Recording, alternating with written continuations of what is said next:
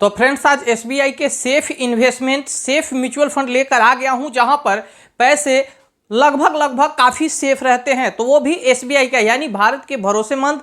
तो आज हम बात करने वाले हैं एसबीआई लिक्विड फंड। इस फंड से रिलेटेड सारी जानकारी को मैं बारीकी से आपके साथ समझाने वाला हूं। इसके हर एक पॉइंट को मैं काफ़ी अच्छी ढंग से आपको समझाऊंगा ताकि आपसे कोई चीज़ मिस्टेक नहीं हो। और इस फंड ने 5 साल, 3 साल और 1 साल में क्या रिटर्निंग बना कर दिया है, और अभी इस फंड का क्या परिस्थिति है, इसमें इन्वेस्टमेंट करने के क्या फायदे या क्या नुकसान है, मैं सारी जानकारी आपके साथ रखने वाला हूं। तो इस वीडियो को अंत तक देखिएगा ताकि आपसे कोई चीज़ मिस्टेक नहीं हो। तो चलिए टॉपिक पे चलते हैं।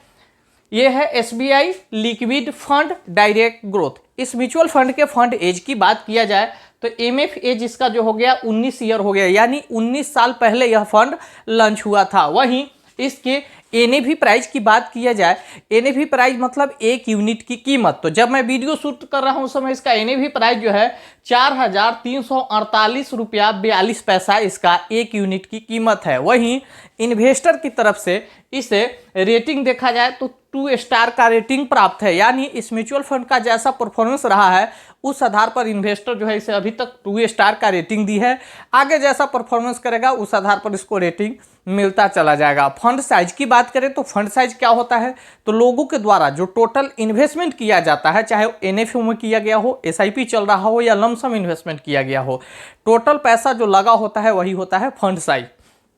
तो इसका फंड साइज है 74,571 करोड़, यानी टोटल पैसा लोगों का यहाँ 74,571 करोड़ रुपया लगा हुआ है। वहीं मिनिमम एसआईपी की बात करें तो सिर्फ 500 रुपये है और मिनिमम लमसम भी यहाँ 500 रुपये है, यानी इस फंड में आप पर मंथ एसआईपी के रूप में इन्वेस्टमेंट करना चाहे तब, या एक मुश्त लमसम इन्वेस्टमेंट करना चाहे तब मिनिमम 500 रुपये से कर सकते हैं और मैक्सिमम आप जो चाहें कर सकते हैं। अब बात करेंगे इसके होल्डिंग का। तो होल्डिंग क्या होता है, तो लोगों के द्वारा जो टोटल ये पैसा लगाया गया है उस पैसे को जो म्यूचुअल फंड के फंड मैनेजर हैं जहां होल्ड किए होंगे, जहां लगाए होंगे, वही होता है होल्डिंग। तो देखिए इसका होल्डिंग जो है डेब्ट सेक्टर का है, और डेब्ट सेक्टर के CP, CD, T-बिल्स मतलब डेब्ट सेक्टर के जो भी फंड हैं वहाँ पर यहाँ से पैसे इन्वेस्ट किए गए हैं, और तो टोटल 133 कंपनी में जो है पैसे इन्वेस्ट किए गए हैं। अब होल्डिंग एनालिसिस की बात कर लिया जाए तो होल्डिंग एनालिसिस क्या होता है, तो कितना परसेंट किस क्षेत्र में इन्वेस्टमेंट है। तो यहाँ टोटल जो है होल्डिंग एनालिसिस यदि देखूँ तो टोटल डेब्ट में 105.82% का इन्वेस्टमेंट है, यानी यहाँ टोटल इन्वेस्टमेंट सिर्फ डेब्ट सेक्टर में है और अदर किसी सेक्टर में नहीं है, और कैश भी इस फंड ने नहीं रखा है। अब बात करेंगे कि वर्तमान में कोई इस फंड में यदि इन्वेस्टमेंट करना चाह रहा है तो फिर उसमें कहाँ कौन कौन से चार्ज देने पड़ेंगे। तो देखिए इसका एक्सपेंस रेशियो की बात करें तो 0.2% है, जो इम्पोर्टेंट चार्ज है जो आप इन्वेस्ट करेंगे उसी समय कट जाएगा, तो आपको एक्सपेंस रेशियो 0.2% देना पड़ेगा। एग्जिट लोड की बात करें तो 7 डेज तक इसका एग्जिट लोड है। क्या है, मिनिमम एग्जिट लोड लगता है वो भी मात्र 1 हफ्ते तक, 7 दिन तक। इसके बाद आपको कोई एग्जिट लोड नहीं लगने वाला है। स्टैंप ड्यूटी की बात करें तो 0.005% है जो डॉक्यूमेंट प्रोसेसिंग चार्ज लगता है। अब बात करेंगे टैक्स का, तो 1 ईयर बिफोर 20%, आफ्टर 1 ईयर 12.5%।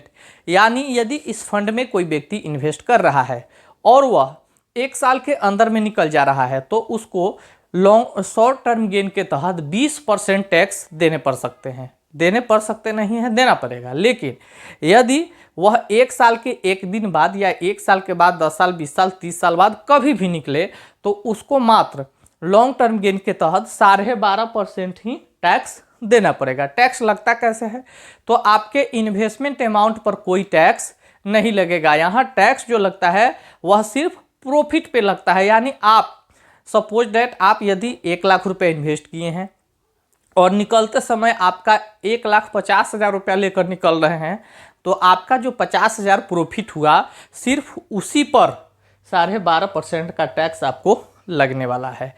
अब बात करेंगे इस फंड से जुड़ी इंपॉर्टेंट बातें। तो देखिए इस फंड का विशेष कुछ कहना ही नहीं है क्योंकि यह डेब्ट सेक्टर का फंड है, और देखिए इस पिछले साल जो से लगातार काफ़ी मार्केट में गिरावट रही है रसिया यूक्रेन युद्ध को लेकर के, फिर भी इस फंड ने पॉजिटिव रिजल्ट दिया है, काफ़ी अच्छा रिजल्ट दिया है। हाँ, थोड़ा रिटर्निंग तो कम है, लेकिन लॉन्ग टर्म में अच्छा खासा पैसा बन जाता है, क्योंकि यहाँ पर आपको मिलता है कंपाउंडेड इंटरेस्ट। तो इस फंड में इन्वेस्टमेंट कर सकते हैं, आपकी मर्जी है, मेरी तरफ से कोई रिकमेंडेशन नहीं है, मैं सिर्फ एजुकेशन पर्पस से यह वीडियो दिया हूँ। वीडियो आपको थोड़ा भी हेल्पफुल लगा हो तो प्लीज़ लाइक जरूर करके जाइएगा। कमेंट करके कुछ पूछना चाहे तो पूछ भी सकते हैं, नए हो तो चैनल को जरूर सब्सक्राइब कर लीजिए। अब बात करेंगे कि SBI लिक्विड फंड ने क्या रिटर्निंग बनाकर दिया है। तो पिछले 5 साल का यदि मैं डाटा देखूं तो इस फंड ने 5 साल में 6.05% का रिटर्निंग बनाकर दिया है।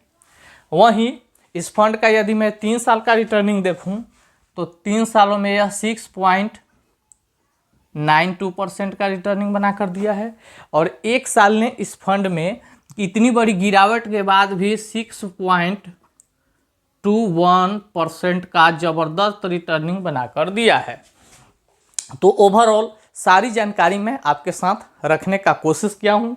वीडियो अच्छा लगा हो तो ज़रूर सपोर्ट कीजिए, चैनल को ज़रूर सब्सक्राइब कीजिए। मिलेंगे किसी नेक्स्ट टॉपिक पे, तब तक के लिए जय हिंद।